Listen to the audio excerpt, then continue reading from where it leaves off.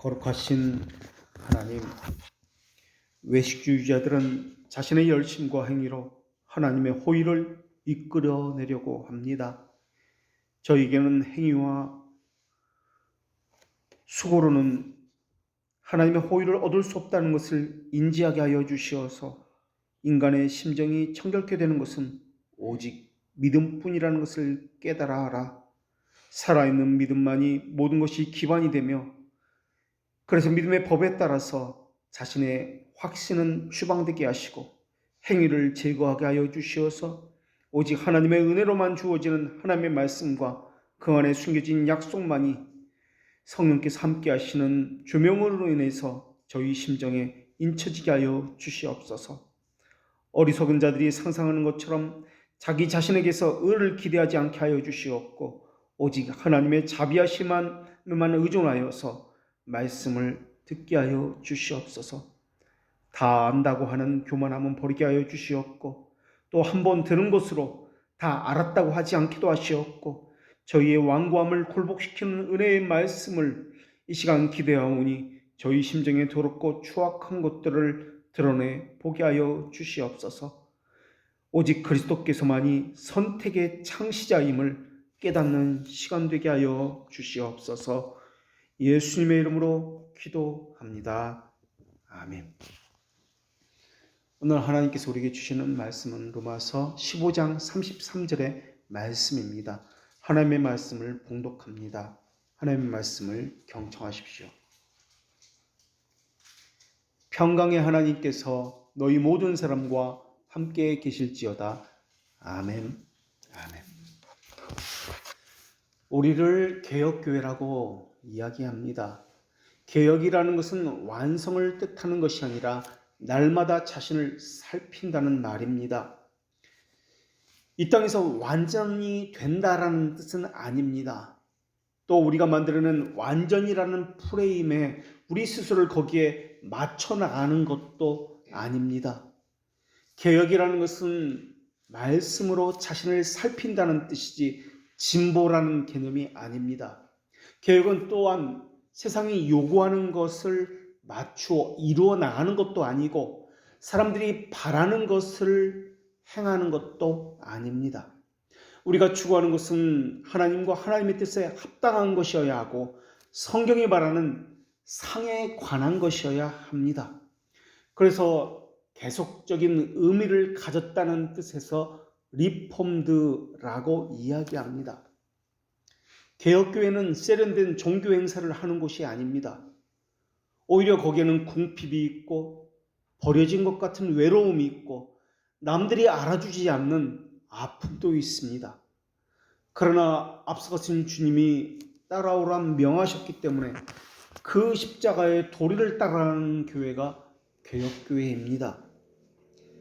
지속적으로 우리를 살필 수 있는 것은 하나님께서 함께 하실 때에만 가능한 것이며 무엇보다도 한두 사람만 잘해서 되는 것이 아니라 오늘 말씀처럼 모든 사람과 함께 하나님이 계신다는 고백이 있어야만 할 것입니다.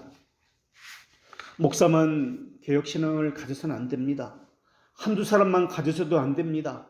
어른만 개혁신앙을 가져서도 안 됩니다. 어른 나이에 이르기까지 모두가 함께 참된 신앙을 가져야만 합니다. 일반적인 교회에서는 어쩌면 우리도 마찬가지일지도 모르겠습니다. 목사에게만 무언가를 기대하고 있습니다. 그리고 자신은 수동적인 자세를 취하면서 무언가를 받는 사람이라고 인식하고 있습니다. 그러나 개혁교회는 그러한 곳이 아닙니다. 우리가 이미 배운 대로 서로가 서로에게 권하는 곳입니다. 서로가 가르치고 서로가 서로에게 배우는 것이 또한 개혁교회입니다. 이런 말씀은 로마교회에 주신 하나님의 말씀이기도 합니다. 목사라고 일방적으로 가르쳐야 한다는 말은 없습니다. 목사도 교회의 한 지체로서 다른 성도에게 배워야 하는 지체 중에 하나에 불과합니다. 성도도 마찬가지입니다. 성도이기 때문에 무조건 배워야 하는 사람이 아닙니다. 성도이지만은 가르치는 사람이기도 합니다. 그런 점에서 여러분은 저에게 무엇을 가르치고 있는지를 생각해 보셔야 할 것입니다. 우리는 세상적인 것을 말하기 위해서 모인 사람들이 아닙니다. 좋은 옷을 입은 사람을 보기 원했다면, 멋진 시설이나 좋은 것을 보려고 했다면 여기 모여서는 안 될 것입니다. 그런 것을 보기 원했다면 왕궁으로 가야 했을 것입니다. 예수님의 말씀처럼 세상에 좋은 것은 다 거기 있습니다. 좋은 시설, 좋은 옷, 이러한 것은 여기에 없습니다. 우리는 진리를 듣기 위해서 이곳에 모인 사람들입니다. 우리의 궁극적인 관심은 좋은 시설이 아닙니다. 좋은 프로그램, 멋진 옷을 입은 사람을 보기 위해서가 아닙니다.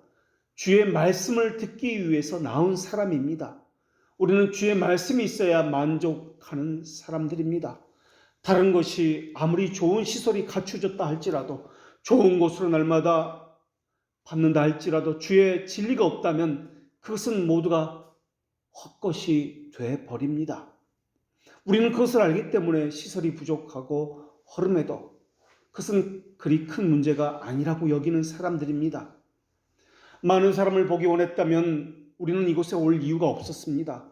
지금이라도 당장 야구장이나 축구장에 가면 몇만 명의 사람을 볼 수 있을 것입니다.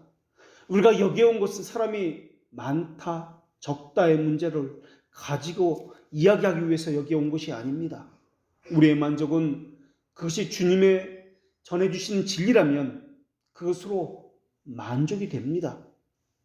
사도적인 보증이 있는 주의 말씀이 있다면 우리는 언제든지 만족하고 행복해하는 사람입니다. 과연 여러분은 주의 진리를 저에게 가르쳐주고 있는지 자기 스스로를 돌아봐야 할 것입니다. 서로가 서로를 권하고 있는지, 서로가 일으켜주고 있는지, 서로가 가르쳐주고 있고 서로가 배우는 곳이 그리스도께서 세우신 교회라는 의미이기 때문에 그렇습니다. 그래서 그것 때문에 우리는 지체라고 불리고 있습니다. 우리의 주인은 목사도 아니고 어떤 한두 사람도 아니고 우리의 유일한 주인은 주님 외에는 없습니다. 그래서 우리는 지체라고 불리고 있고 모두가 동일하고 동등하다고 이야기하고 있습니다. 계급적이고 서열이 있고 일방적으로 누가 누구에게 순종하고 하는 것은 우리가 고백하는 신앙이 아닙니다. 개혁교회는 오직 성경을 모토로 칼빈주의를 따르고 있습니다. 칼빈주의는 칼빈의 사상을 따른다는 말이 아니라 칼빈에 의해서 조명된 하나님께서 성경을 통해서 계시하신 사상을 계승한다는 말입니다. 그래서 개혁교회는 칼빈주의 신학과 그의 실천과 적용을 가르치고 있습니다. 개혁교회가 가진 신앙은 칭의와 성화를 구분하고 나눠버리는 자들과는 진적으로 다른 신앙을 가지고 있습니다. 박애정신을 말하면서 진리를 훼손하는 자들과도 다른 신앙을 가졌습니다. 개혁신앙은 철저하게 성경에 근거한 고백서들을 따르는 신앙을 가진 사람들로 이루어져 있습니다. 그래서 개혁교회 신자는 반드시 역사관이 바르게 세워져 있어야만 합니다. 다시 말하면 신앙이라고 할 때 이 신앙은 철저하게 역사에 근거한다는 것을 이야기하는 것이며, 역사에 근거한다는 말은 삶의 근거를 둬야 한다는 말이기도 합니다. 신앙이라는 말은 실천적이라는 말입니다. 실천적이지 않고 삶의 근거를 두지 않는 신앙은 개혁신앙이 아니기 때문에 그렇습니다.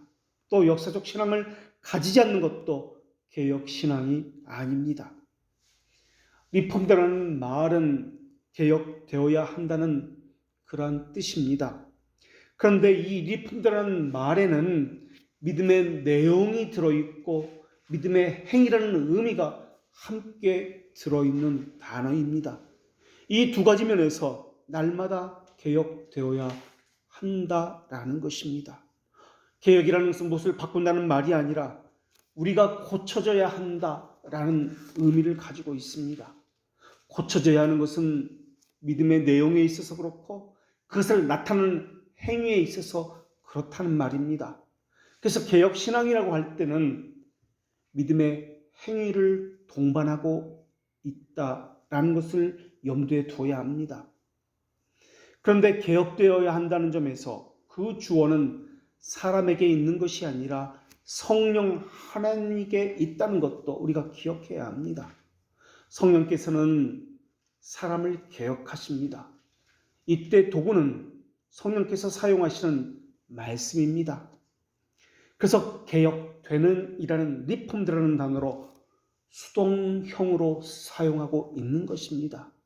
개혁의 주체가 사람이 아니라 성령이고 또한 성령께서 사용하시는 말씀이기 때문에 그렇습니다. 결국 사람은 하나님께서 사용하는 도구임을 고백하고 있는 것이 리폼드라는 개혁이라는 단어입니다. 우리는 오늘 본 말씀을 통해서 평강의 하나님께서라는 주어로 시작되는 말씀이 우리에게 주어진다는 것을 보고 듣고 있습니다. 그 평강의 하나님께서 주어로서 너희 모든 사람과 함께 계실지어다 라는 말씀을 들었습니다. 그런데 우리는 이러한 말씀을 들으면 우리는 어떤 생각을 하게 되는 것일까요? 정말 우리에게 평강이라는 것이 있습니까? 라는 생각이 들지도 모르겠습니다. 아니면 이 말씀은 우리가 추구해야 하는 목표가 바로 이것이다. 앞으로 이러한 상태가 되어야 한다는 뜻으로 받는지도 모르겠습니다. 우리는 이 단어에서 리폼드가 그렇듯이 그 주체가 누구냐를 바르게 찾지 못하면 큰 혼란을 겪게 될 것입니다. 왜냐하면 우리는 아무리 노력해도 평강을 취할 수 없기 때문에 그렇습니다. 우리 스스로가 그 증거를 가지고 있지 않습니까? 돌트레이트, 캐논이라는 것은 잣대, 표준이라는 뜻입니다. 우리말에서는 신조라고 번역했지만 신조라는 번역보다는 성경을 이야기할 때 정경이 캐논이라는 단어를 씁니다. 그것과 마찬가지로 법률, 법규라는 식으로 번역하는 것이 올바른 번역인지도 모르겠습니다. 돌트레이트 법규 다섯 번째 사망에서 다섯 번째 조항은 우리가 잘 알고 있는 대로 성도의 견인교리 조항입니다. 성도의 견인교리는 매우 중요합니다. 이미 말씀드렸던 대로 성경에서 가장 많이 다루고 있는 주제가 견인교리라고 말씀드렸습니다. 이 다섯 가지 교리는 모두가 긴밀하게 연결되어 있습니다. 전적 타락, 무조건적 선택, 제한적 속죄, 불가항력, 은혜, 성도의 견인, 이 교리는 서로가 연결되어 있어서 함께 서거나 하나를 부정하면 모두가 함께 넘어지는 교리입니다. 이것은 모두가 연결되어 있기 때문에 그렇습니다. 그 돌트레이트 다섯 번째 조항 사망에서 이렇게 고백합니다. 다섯 번째 조항은 성도의 견인교리인데요. 그 사망은 이렇게 고백합니다. 회심하는 자들은 자신의 힘에 의지한다면 내주하는 죄의 이런 잔재로 인해서 또 죄와 또는 사탄, 세상의 유혹으로 인해서 은혜의 상태를 버텨낼 수 없을 것입니다. 자신의 힘으로는 절대 안 된다고 고백하고 있습니다. 죄와 사탄과 세상의 유혹으로 인해서 우리는 은혜의 상태를 보존할 수 없다라는 말입니다. 이것이 우리가 고백하는 믿음의 내용입니다. 평안은 그렇다면 어떻게 얻을 수 있습니까? 우리 힘으로 안 됩니다. 절대 안 됩니다. 라고 고백하고 있는 것입니다. 돈을 많이 가져도 평안할 수 없습니다. 사랑을 얻어도 평안할 수 없습니다. 자신이 원하는 것이 이루어져도 평안을 성취할 수 없습니다. 직장을 그렇게 원하는데 들어갔어도 안 됩니다. 취업, 학교, 자녀를 원하는 것으로도 안 되며 병고침을 받는 것으로도 안 되며 그 무엇으로도 평안을 유지하거나 취할 수 없습니다. 그렇게 고백하고 있습니다.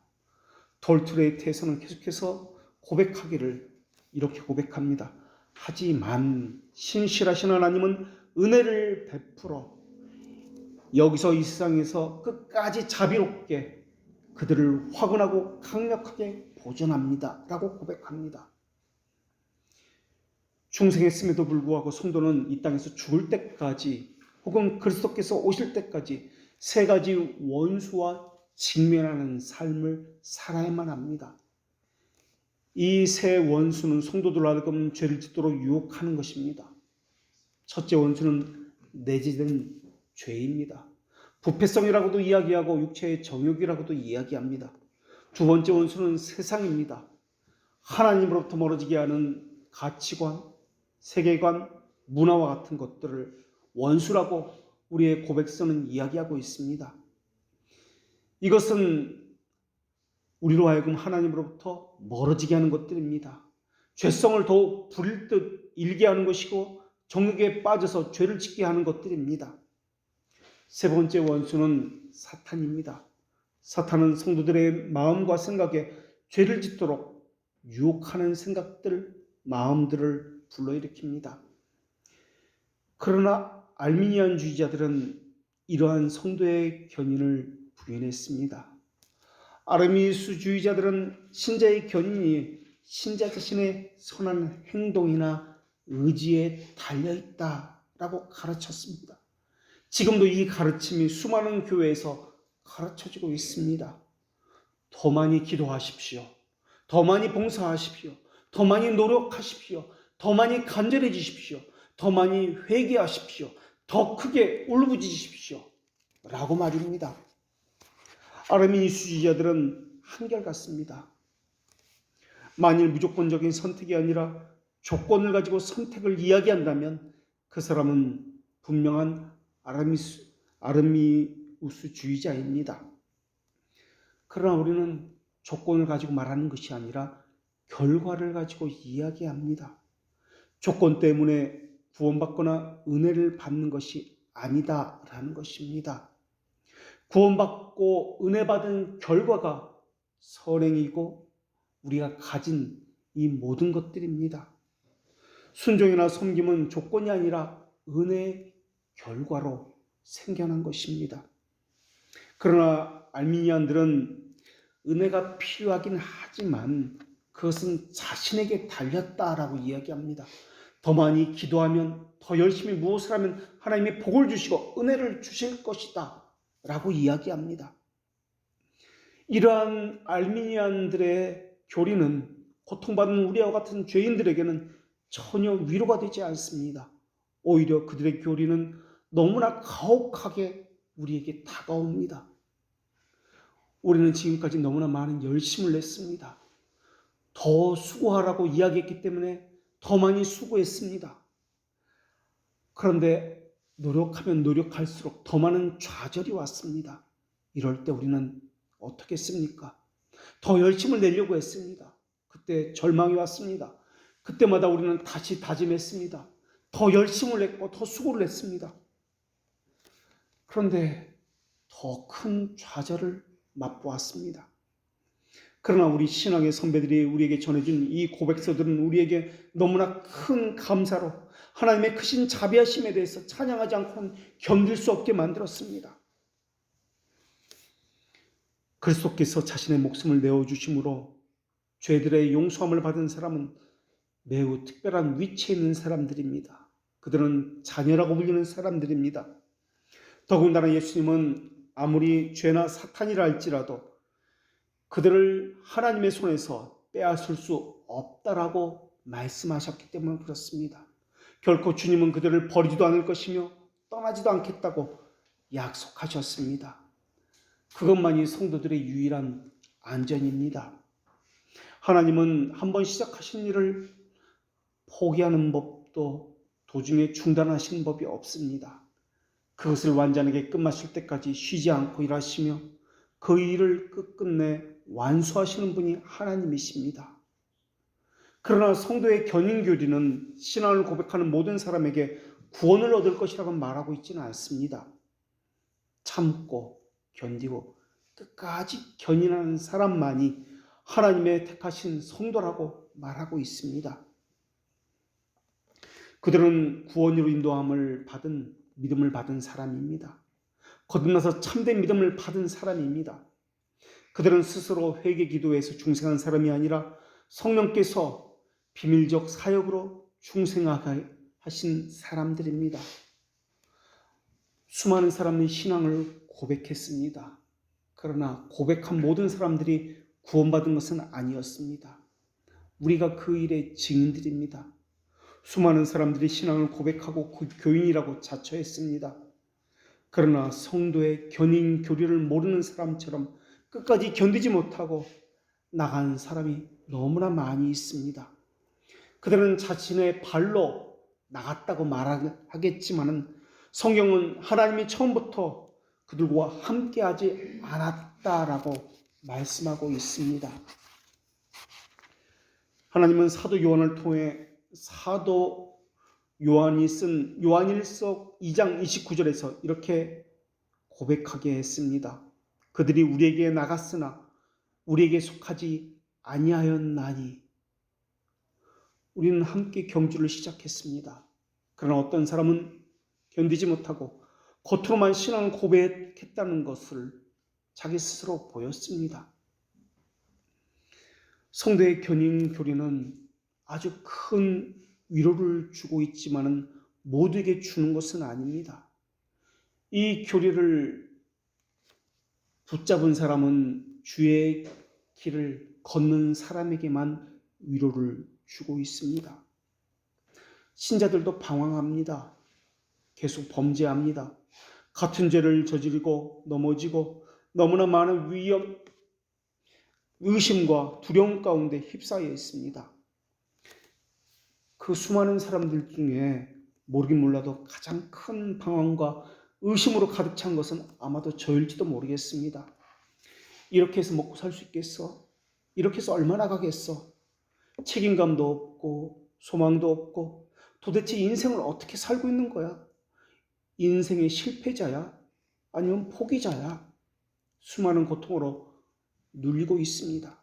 수많은 밤을 범민이로 밤잠을 설치면서 보내고 있습니다. 고통은 받지만 그럼에도 최소한 아직 포기하지 않고 있다는 것으로 위로를 받습니다.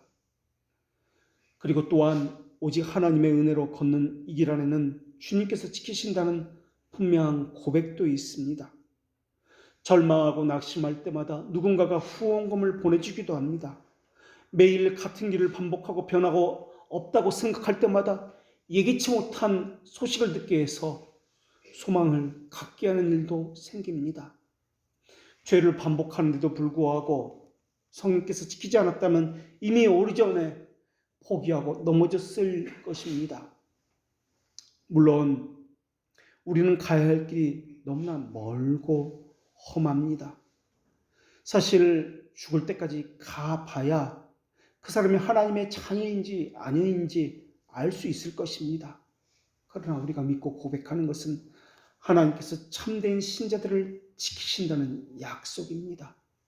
그들이 참되기 때문에 참된 신자라고 불리는 것이 아니라 하나님께서 그들을 지키시기 때문에 참된 신자라고 불린다는 사실입니다. 그렇다면 하나님께서 지키시겠다고 약속한 사람들은 도대체 어떤 사람들입니까? 소위 성모 마리아라 불리는 사람이나 또는 교회의 역사에 나오는 위대한 인물들처럼 많은 선행을 했고 자신의 영적 풍요를 가진 사람들이었습니까? 금욕적 삶으로 평생을 살았던 사람이었습니까? 독신과 청민이로 수도사처럼 사막이나 광야에서 홀로 비바람을 맞이하며 싸운 사람이었습니까? 하나님이 지킨 사람은 그저 세상의 한복판에서 자녀들과 함께 살면서 직업을 가지고 부딪히고 식당에 가서 밥도 사 먹고 텔레비전을 보면서 낄낄거리며 웃기도 하는 사람입니다. 밥을 먹으면 꼭 커피를 마셔야 하는 사람인지도 모르겠습니다.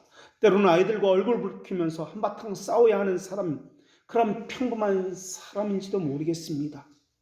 이 땅에서는 수많은 사람들 가운데 한 명인지도 모르겠습니다. 그러나 그들과 다른 것이 있다면 하나님께서 택하시고 부르셨다는 그 사실, 이 사실 하나 외에는 모두가 똑같은 사람에 불과합니다. 어떤 사람은 택해주지 않았는데 어떤 사람은 택하셨고 불러주셨고 끝까지 지켜주셨다는 그 사실 하나만이 다르다라는 것입니다. 이것은 사람에게서 난 것이 아니기 때문에 사람이 잘할 것이 하나도 없습니다. 하나님께서 하나님의 계획에 따라서 예수 그리스도와의 교통 안에서 불러주셨고 성령의 능력으로 인해서 중생하게 하셨고 죄의 권세와 종노릇에서 건져주신 사람입니다. 그러나 그들은 여전히 오늘도 죄를 짓고 있는 사람 중에 하나입니다. 하나님께서 불러주셨기 때문에 특별한 것이지 그들이 죄를 짓지 않기 때문에 특별하다고 말할 수 있는 것이 아닙니다. 겉으로 볼 때는 그들은 다른 사람과 남다를 것이 전혀 없는 사람입니다. 특별히 선을 행하는 것도 아닙니다. 오히려 더 악한 성품을 가졌는지도 모르겠습니다. 오히려 인격적으로 너무나 형편없는 사람인지도 모르겠습니다. 어떤 사람은 살인자였습니다. 그 대표적인 사람이 모세였습니다. 다윗이었습니다. 바울이었습니다. 그런 살인자가 성경에서는 위대한 인물이라고 불려지고 있다는 사실은 너무나 기가 막힐 따름입니다. 예수님의 제자들을 보십시오. 다 배신자였습니다. 의리라고는 눈꼽만큼도 없던 사람들이었습니다. 겁쟁이 요나는 어떻습니까? 엘리야나 요나는 위대한 선지자라고 불렸던 사람입니다. 울보 예레미야가 또 있습니다. 기생과 살았던 호세아는 좀 어떻습니까? 어느 누구 하나 제대로 된 사람이 없는 것처럼 보입니다. 세례 요한은 지금 시대의 눈으로 보면 정신병자와 같은 사람이었습니다. 아무도 없는 광야에서 소리치고 외친다고요? 아무도 듣지 않는데. 스데반은 돌에 맞아 죽어가면서도 하늘을 바라보면서 실실 웃으면서 남들이 듣지 못할 말만 하다가 그렇게 죽었습니다. 거짓말쟁이 이삭은, 사기꾼 야곱은 또 어떻습니까? 아내와 자녀를 내다 버린 아브라함도 있습니다. 형들과 사이가 안 좋았던 가정불화의 대명사 요셉도 있습니다. 우리보다 뭐 나은 것이 있어서 성경에 기록된 것 아니지 않습니까? 그래도 우리보다 신앙이 좀 좋았다고요? 그렇다면 여자의 눈이 먼 평생 그렇게 살았던 삼손은 좀 어떻습니까? 평생 그렇게 살다가 젊은 나이에 눈이 뽑히고 소위 개죽임을 당한 사람 아닙니까? 저는 남자가 아니라 여자인데요. 성경은 남자 말고 여자 이야기도 수두룩합니다. 요즘 우리가 읽고 있는 성경이 룻기입니다. 룻은 과부입니다. 그것도 젊어서 과부가 된 사람입니다. 아이라도 있었다면 아이가 자라는 것을 보고 소망을 가질 텐데 아이도 없었습니다. 아이가 없던 걸 보면 남편이 너무도 일찍 죽었다고 보여집니다. 아무에게서 나올 것이 없습니다. 죄밖에 나올 것이 없습니다.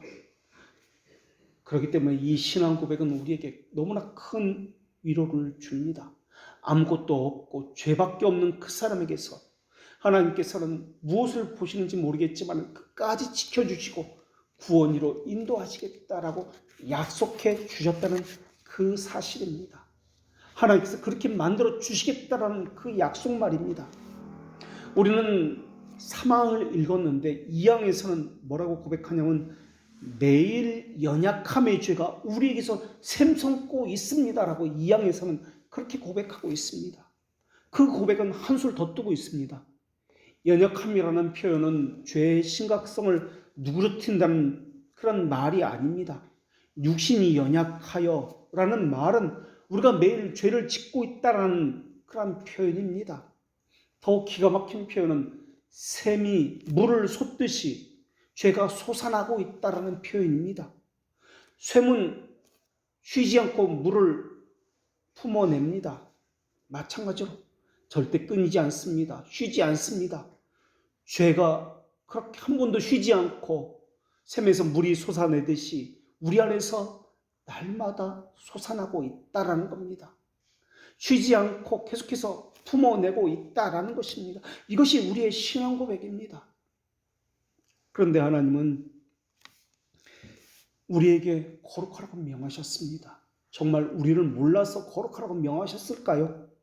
아닙니다.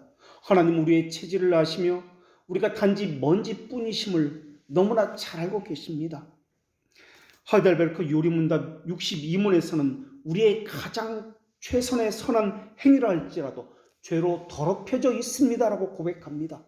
이것은 돌트레이트 5번째 조항 1항에서 고백하는 것과 동일한 고백입니다. 하나님 앞에서는 별들도 무색하고 산들도 녹아버리고 땅들도 흔들릴 것입니다. 그런데 하나님께서 어떻게 우리의 더럽고 추악한 행위를 받으실 수 있단 말입니까? 그렇다면 우리의 선행이라는 것은 도대체 무엇이란 말입니까?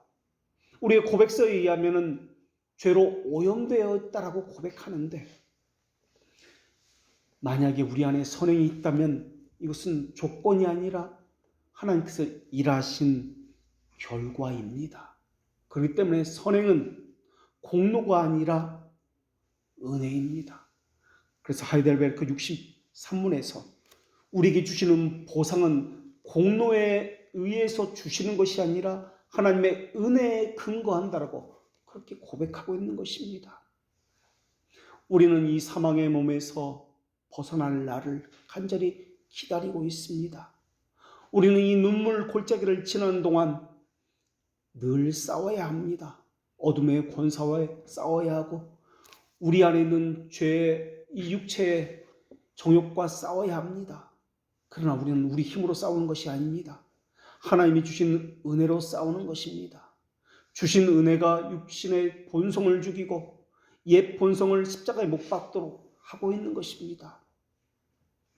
하지만 알미안들이 가르치듯이 이 싸움을 자신의 힘으로 해나가야 한다면 우리는 아무런 희망이 없는 사람일 것입니다. 왜냐하면 우리 안에서는 날마다 죄가 샘솟듯이 솟아나기 때문에 그렇습니다.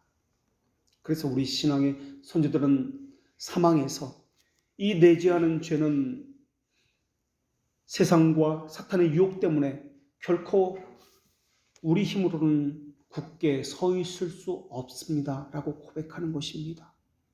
그렇다면 평안은 어떻습니까? 우리가 쟁취해서 얻을 수 있는 것이 평안입니까? 우리 힘으로 지켜줄 수 있는 것이 평안입니까? 아닙니다.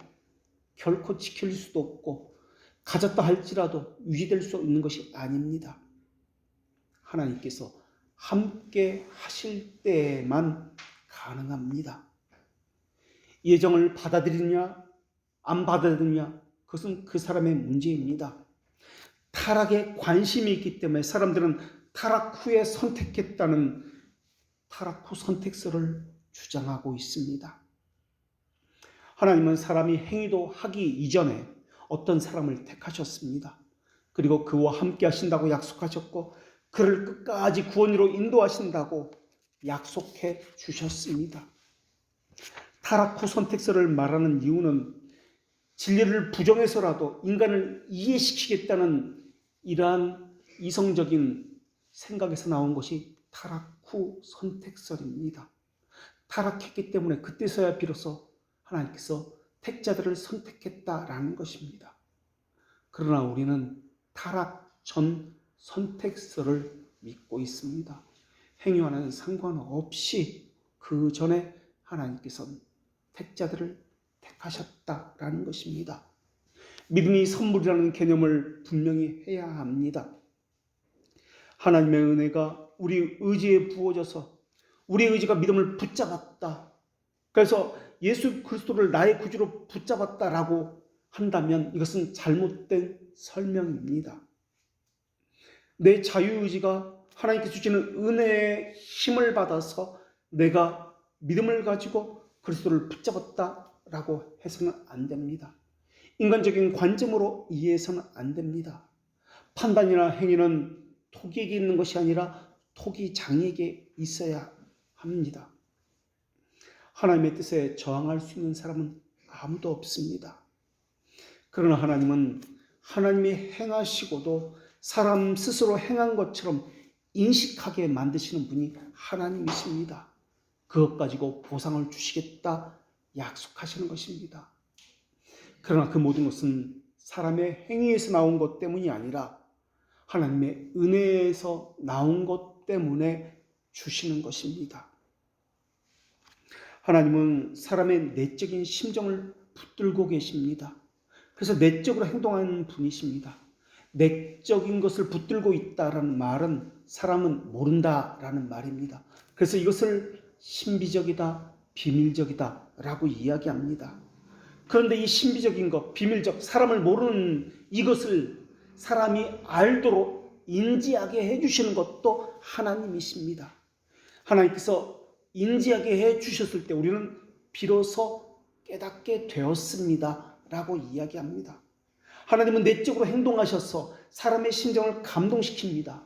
하나님의 뜻을 이끄셔서 필요하다면 지성을 주셨고 필요하다면 정서를 주시고 필요하다면 의지를 주셔서 하나님의 뜻에 순종하게 하십니다.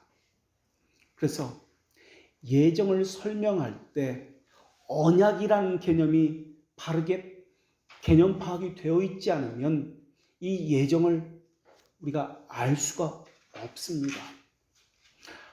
하나님의 예정은 언약에 의해서 사람에게 주어집니다. 부르심은 깨달았다는 것을 의미하는 말입니다. 자신이 하나님의 자녀라는 것을 깨달았다는 의미입니다. 이 말은 입으로 하나님을 아버지라 부른다는 말이 아니라 심정에 확고하게 변할 수 없는 확신을 가지게 되었다는 말이 하나님의 자녀가 되었습니다 라는 의미입니다. 하나님의 은혜는 하나님의 자비하심으로부터 나타나는 것입니다. 하나님의 자비하심은 칭의로 나타납니다. 칭의는 평강이라는 열매로 우리에게 주어집니다. 누구에게 이러한 은혜를 베풀지는 하나님의 뜻입니다. 은혜 베품을 받은 자는 하나님의 자비하심이 나타났다라고 이야기하고 은혜를 받지 못한 자는 유기된 자라고 이야기하는데 그들에게는 하나님의 정의가 나타났다라고 이야기합니다. 그래서 돌트레이트 법규 두 번째 조항은 무조건적 선택입니다. 1항에서 자비에 대한 정의를 내립니다. 자비를 설명하는데 자비는 택자에게 나타난 하나님의 은혜입니다 라고 정의를 내립니다. 또 정의 내릴 때, 정의를 설명할 때 유기된 자에게 나타나는 하나님의 공정하심이 정의입니다 라고 설명합니다. 그래서 누구든지 부르심을 받지만 선택된 자만 특별한 부르심을 받습니다. 선택된 자만 말씀을 배우려고 합니다. 배우려고 하는 이유는 배우고 확신한 일에 거하기 위해서며 견인하기 위해서입니다. 말씀에 진실함이 없으면 사탄과 육체와 사탄 이 세 가지 적들의 시험에서 참고 견디는 일은 할 수가 없습니다. 그래서 유기된 자들은 말씀을 배우려고 하지 않습니다. 이것은 그들 자신에게서 나온 것도 있지만 사실은 하나님께서 그들의 심정을 붙들어 주지 않기 때문에 나오는 것입니다. 하나님께서는 그들의 심정을 강팍하게 해서 하나님으로부터 실제로는 단 한 번도 접붙여진 적이 없다는 것을 자기 스스로 그 증거를 갖게 하기 위해서 말씀을 싫어하게 하는 것입니다. 배우지 않게 되는 것입니다. 왜냐하면 하나님의 말씀을 배우게 되면 그 심정이 적들을 이길 수 있는 힘을 제공받기 때문에 그렇습니다. 배우려는 열심이 없으면 구원의 확신이 희미해질 수밖에 없기 때문에 그렇습니다. 성도에 대한 문제점을 발견하면 그에 대한 대안을 마련해주고 그것을 고쳐야 하는 것이 영적 지도자가 하는 일입니다. 문제만 지적하면 안 되고 그것에 대해서 어떻게 해야 한다고 처방까지 제시해 주어야 합니다. 부르심에 대한 확신이 없는 사람은 말씀을 배우는데 연구하는데 게으르고 힘겨워할 것입니다. 이것은 당연한 것입니다. 왜냐하면 이 말씀을 지속적으로 받아야만 심정이 확신 가운데 견고해지고 세상을 이길 수 있는 힘을 하나님의 말씀으로부터 받기 때문에 그렇습니다. 그런데 하나님의 말씀을 배우지 않는다는 것은 세상과 짝하기 위해서입니다. 그래서 배우려고 하지 않습니다. 견인에 대한 개념 파악이 안 되기 때문에 말씀을 배우고 연구하는 것이 얼마나 소중한지를 알 수가 없는 것입니다. 왜 자꾸 바빠 죽겠는데 이런 거 배우라고 해?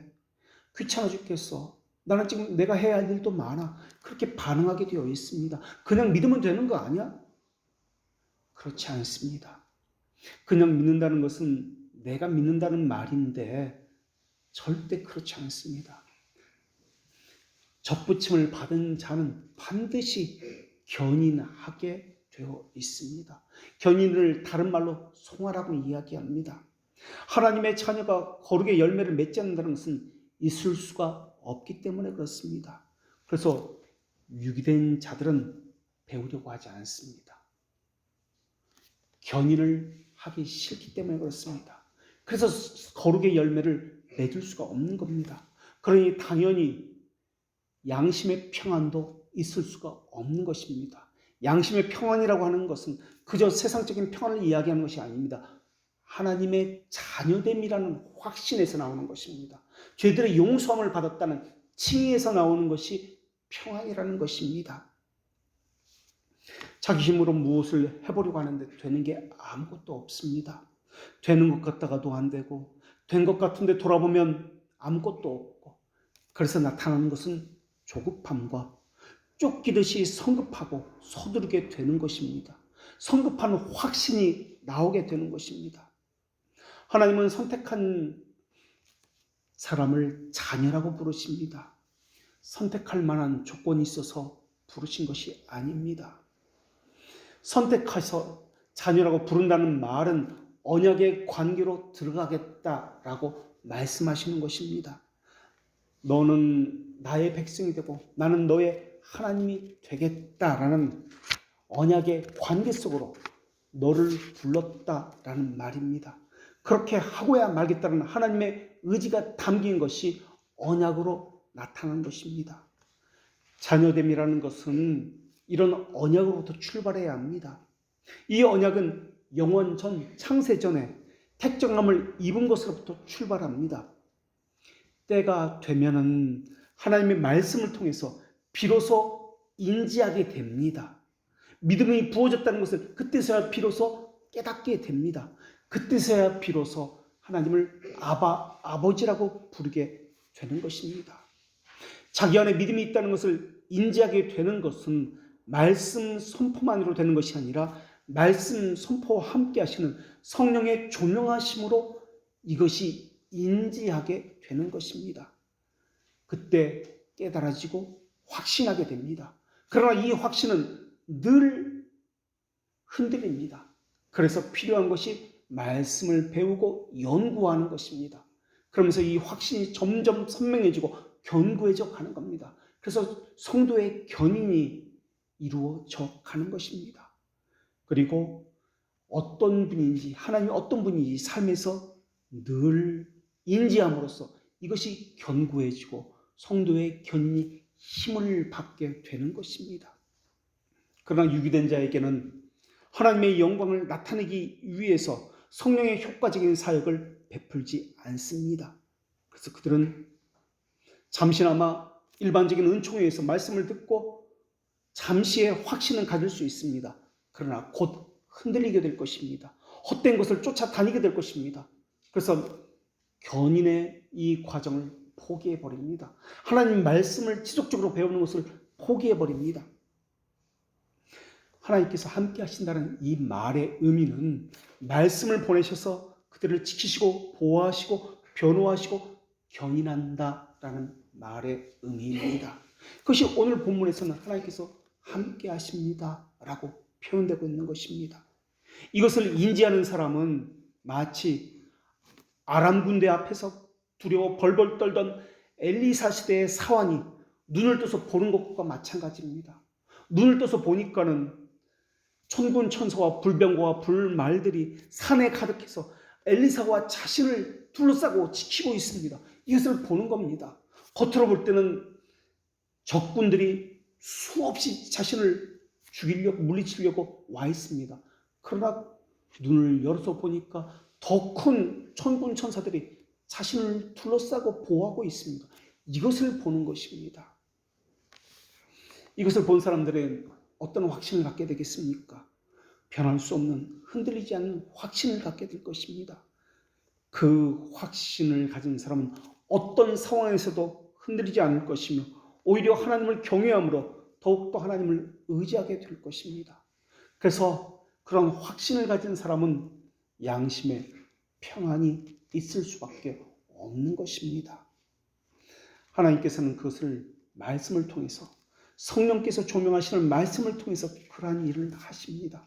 그래서 하나님의 자녀는 말씀과 함께 배우기를 기뻐합니다. 그리고 말씀과 함께 늘 삶을 살아갑니다. 이것을 어쩌다 한번 숙제처럼 하는 것을 이야기하지 않습니다. 말씀과 함께하는 것이 의무이지만 이것은 또한 의무가 아닙니다. 그냥 삶입니다. 말씀이 자신을 지켜주고 보호하고, 정확히는 그 말씀이 자기를 지켜주는 것이 아닙니다. 그 말씀 안에 담겨진 언약이, 약속이 자신을 보호해 주시는 것입니다. 그래서 말씀을 들을 때 말씀을 들어서는 안 됩니다. 무슨 말이냐면 그 말씀 안에 담겨진 언약을 찾아야 한다는 말입니다. 무가친 자에게 먼저 하나님은 말씀을 비춰주실 때 무상적 선하심의 증거를 나타내 주십니다. 하나님의 자녀는 성령의 조명을 받아서 그 말씀 안에서 약속과 증거를 발견해 내게 됩니다. 그러나 유대인 자는 그렇지 않습니다. 그냥 말씀을 들을 때 오늘 좋은 말씀 들었다. 거기서 그치고 맙니다. 그러나 택자는 그 말씀을 들을 때 그 안에 숨겨진 언약을 발견합니다. 유대인 자는 스스로 악하다는 증거를 갖습니다. 그리고 무상적 하나님의 자비하심을 거절했다는 증거를 스스로 갖습니다. 그래서 장차 무서운 심판을 받게 될 것입니다.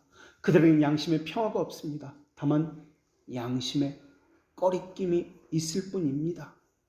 양심이 청결하지 못하다는 그것을 하나님의 뜻이 아니다라는 말입니다. 그래서 믿음은 청결한 양심 안에 담긴 것입니다. 청결한 양심을 가졌는지 이것은 하나님이 아십니다. 이 양심은 바른 지식과 함께 가는 것입니다. 그래서 양심을 정의 내릴 때 지식이다 라고 이야기하는데 무엇과 함께하는 지식이냐를 말하는 것이 양심이라는 그런 단어입니다. 오늘 본문은 평강의 하나님이 우리와 함께한다 라고 말씀하고 있습니다. 이것은 이미 함께한다라는 것을 의미하기도 하고 인지하며 살고 있느냐라고 묻고 있는 질문이기도 합니다. 그리고 오늘 본문은 아멘, 그렇게 될지어다 라는 아멘이라는 단어를 사용해서 그것을 확증하고 있습니다. 소위 오늘 본문은 축도로서 사용되는 그런 말씀이기도 합니다. 이미 그렇게 되었습니다. 그렇게 될 것입니다 라는 뜻이기도 합니다. 평강이라는 것은 하나님과의 바른 관계 속에서 오는 것입니다. 믿음의 확고한 상태를 의미합니다. 마음에 확고함이 있는 사람은 장차올 네로의 핍박에서 흔들리지 않게 될 것입니다. 믿음을 저버리지 않게 될 것입니다. 설사 흔들리다 할지라도 그 믿음을 지키시는 분은 하나님이십니다. 황제 숭배를 강요하는 로마 시대에 산다는 것은 쉬운 일이 아닐 것입니다. 수많은 적들이 로마 교회를 넘어뜨리려고 하고 있습니다. 이들을 견디게 하는 힘은 다른 데서 오는 것이 아니라 하나님의 아버지 되심을 확신하는 데서 오는 것입니다. 영원전부터 자녀로 부르셨다는 그 사실이 얼마나 큰 위로가 되는지 모릅니다. 로마 교회 교인들은 실제 평강의 하나님이 살아있는 실제라는 사실을 이제 깨닫게 될 것입니다. 어떤 사람은 로마 교회 성도들 가운데 어떤 사람은 네로의 오락거리로 네로의 마당에서 인간 횃불로서 불살라 로마 신을 밝혀지게 될 것입니다. 또 로마 교회 성도들 가운데 어떤 사람은 로마 경기장에서 로마 군중의 오락거리로 사자에게 팔다리가 찢겨져 나갈 것입니다. 또 어떤 사람은 이런 일로, 어떤 사람은 토벌켬을 당하여 로마의 이 작은 기독교 공동체에서 수많은 기독교인들을 감동시킬 일들이 이제 벌어지기 시작할 것입니다. 수많은 간증거리가 나올 것이며 이들의 이야기가 수많은 기독교인들을 감동시켜서 그리스도에게 충성하도록 이끌게 될 것입니다. 오늘 본문의 이 말 한마디에 파장이 이끌고 올 이것은 전혀 상상하지 못했을지도 모르겠습니다. 사도 바울은 평강의 주인이신 하나님께서 이들 모두를 지켜주시기를 간절히 기도하고 있습니다.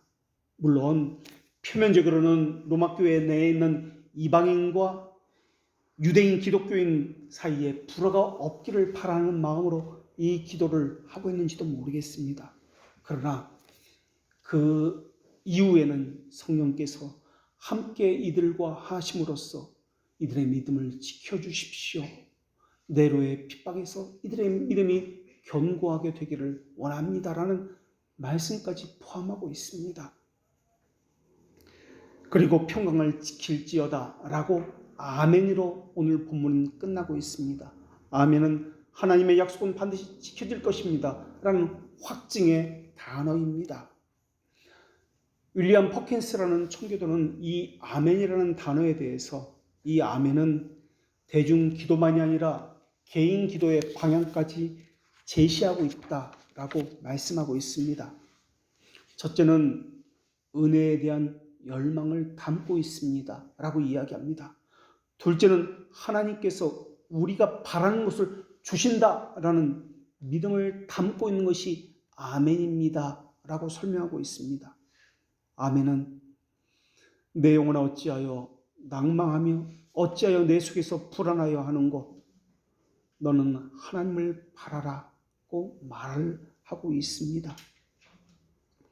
어떤 사람은 자신의 믿음이 너무나 견고해서 의심이 하나도 없다고 말할지도 모르겠습니다. 그런 사람은 이 땅에 한 명도 없습니다. 왜냐하면 이 땅에는 아무리 참된 믿음을 가졌다고 말할지라도 불완전한 믿음, 언제나 의심에 휩싸이는 믿음을 가질 수밖에 없기 때문에 그렇습니다. 의심이 없다고 느끼는 믿음을 이야기하는 사람은 착각으로 가득 차 있는 사람이기 때문에 그렇습니다. 왜냐하면 불과 물이 서로 만날 때 서로 충돌이 일어나는 것처럼, 불과 물이 만나기 전까지는 충돌이 일어나지 않는 것처럼 믿음이 마음에 생길 때까지 의심과 믿음은 서로 충돌이 일어나지 않기 때문에 그렇습니다. 그렇기 때문에 그 안에 있는 믿음이 없는 사람이기 때문에 확신만 있다라고 이야기하고 있다라는 것입니다. 평강이라는 단어는 히브리어로 샬롬이라고 이야기합니다. 헬라어로는 에이레네라고 단어를 사용합니다. 두려움이 쫓겨난 것, 인간의 죄가 청산된 것, 죄인을 용서한다는 의미가 들어있는 단어입니다.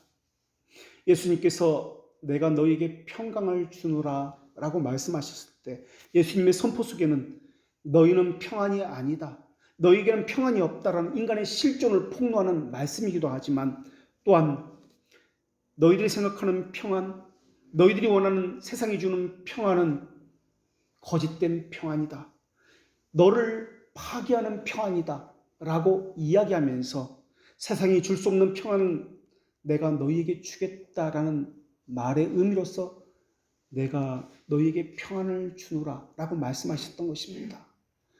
하나님의 창조의 목적과 심판의 성취가 들어있는 평안을 주시겠다라고 말씀하는 것입니다. 하나님은 자비하심에 대해서 인지하게 하심으로써 그 약속을 하나님의 자녀에게 주십니다. 그 약속 속에서 하나님의 호의를 발견하지 못하면 그것은 약속이 아닙니다.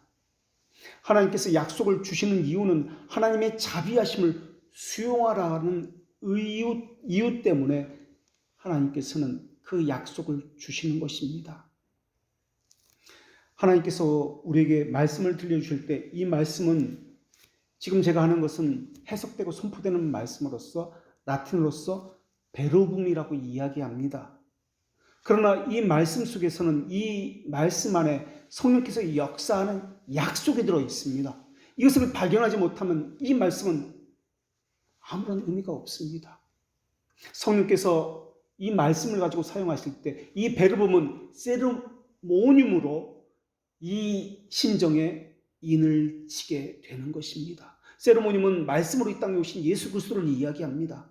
베르봄으로 지금 선포하고 있습니다만 성령께서는 이 베르봄을 세르모늄으로 받고 택자의 심정에 새기십니다. 이것이 새겨질 때 하나님의 호의를 인지하게 됩니다. 그러면서 그 안에 담긴 하나님의 약속을 발견하게 되는 것입니다. 약속을 발견할 때 하나님의 성품을 깨닫게 됩니다. 그 택자에게는, 그것을 발견한 택자에게는 자비하심이 다가오면서 유기된 자에게는 두려움, 공포, 옥죄임이 다가올 것입니다. 하나님의 자녀에게는 하나님의 관대하심을 말씀을 통해서 선포하고 있습니다. 그리고 하나님의 선하심에 대해서 잊지 말라고 촉구하고 계십니다. 그래서 택자는 하나님의 말씀을 사모할 수밖에 없습니다. 그 말씀 연구하기를 기뻐할 수밖에 없습니다. 그 말씀 안에 약속이 있고 그 약속의 열매인 평안과 영광이 있기 때문에 그렇습니다. 믿음을 견고하게 붙들고 있는 돌적이가 있습니다. 이것은 약속과 평안입니다. 칭의의 열매는 평안과 영광이라고 이야기합니다. 믿음의 돌적이 가운데 하나가 하나님의 자비하심에서 나온 약속이고 또 다른 하나는 죄들의 용서에 관한 것인데 이것은 심판대 앞에 섰을 때 양심의 평안으로 나타납니다. 죄들의 용서에 대한 확신이 있으니까 양심이 편안합니다. 죄를 지었다 할지라도 죄들의 용서함을 받았다는 확신이 있기 때문에 그렇습니다. 그러나 어떤 일을 할 때 양심에 조그만 꺼리낌이 있다면 이것은 양심의 평안이 아닙니다. 그래서 사도 베드로는 믿음은 청결한 양심 안에 담기는 것입니다 라고 그렇게 말씀하셨습니다. 하나님의 호의에 대한 약속과 평안이 없다면 우리의 믿음은 헛것입니다. 우리의 행복은 헛것입니다. 그러나 하나님의 약속은 무상으로 주어지는 것이고 하나님의 호의를 바라보게 하는 것입니다. 믿음은 우리에게서 나오는 것이 아닙니다. 평안은 우리에게서 나오는 것이 아닙니다. 하나님의 자비하심에만 의존하는 것이 믿음이고 평안입니다. 우리는 믿음을 무상으로 받습니다. 평안도 마찬가지로 무상으로 받습니다. 그러니 자기 자신을 바라봐서는 안 됩니다. 하나님의 자비하심을 바라봐야 합니다. 하나님의 약속을 바라봐야 합니다. 믿음을 주신 것도 하나님의 은혜요. 평강을 주시는 것도 하나님의 은혜입니다. 믿음이 하나님과 우리를 화해시키는 유일한 길은 그리스도와 우리를 연합하는 것 외에는 없습니다. 믿음이 하나님의 자비하심에 근거해서 우리에게 주어진 것이라면 그것은 참된 믿음으로서 우리를 흔들지 못할 것입니다. 그 무엇도 우리를 흔들지 못하게 할 것입니다. 그리고 평안도 흔들린다 할지라도 그 평안은 계속 유지되어서 하나님의 심판대 앞에까지 이르게 될 것입니다. 그리고 우리가 받은 믿음은 하나님의 무상적인 선물이라는 것을 늘 기억하셔야 합니다. 기도하겠습니다. 하나님, 선택에는 관심 없고 타락에만 관심 있는 사람처럼 하나님의 은혜에 대해서 왜 어떤 사람에게는 주고 어떤 사람은 주지 않느냐고 하나님께 대적해서 따져 묻지 않게 하여 주시옵소서. 하나님보다 더 크고 더 높은 뜻은 발견할 수 없다는 것을 알아서 큰 은혜를 명시하신 하나님에게만 감사와 찬송을 드리며 순종하게 하여 주시옵소서. 하나님의 주권적 권능의 모든 것이 달려있다는 것을 배우게 하여 주시어서 삶 속에서 성도의 견인을 통해서 하나님의 자비하심을 인지하는 하나님의 백성들 되게 하여 주시옵고, 오직 하나님의 비밀적 선한 기쁨이 만족함을 얻게 하여 주시옵소서. 예수님의 이름으로 기도합니다. 아멘.